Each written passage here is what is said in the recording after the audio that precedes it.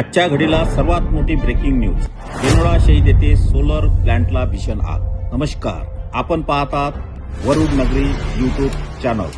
बेनोडा शहीद येथे आज दुपारी सोलर प्लांटमध्ये शॉर्ट सर्किटमुळे भीषण आग लागल्याची घटना घडली. काही क्षणातच परिसरात धुराचे लोट उसळले आणि परिस्थिती गंभीर बनली. घटनेची माहिती मिळताच सरपंच सौ रजनी कुबडे यांनी तात्काळ अग्निशामक दलाला पाचारण केले. वरुड आणि शंदूरधना घाट येथील अग्निशामक दलाच्या गाड्या घटनास्थळी दाखल होतात बचाव कार्याला वेग आला.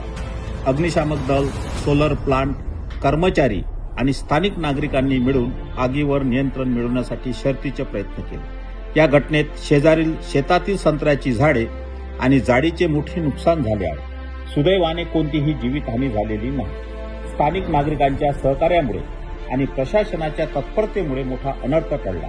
मात्र सोलर प्लांटपर्यंत योग्य रस्ता नसल्याने अग्निशमन कार्यात अडचणी आल्याचे समोर आले आहे.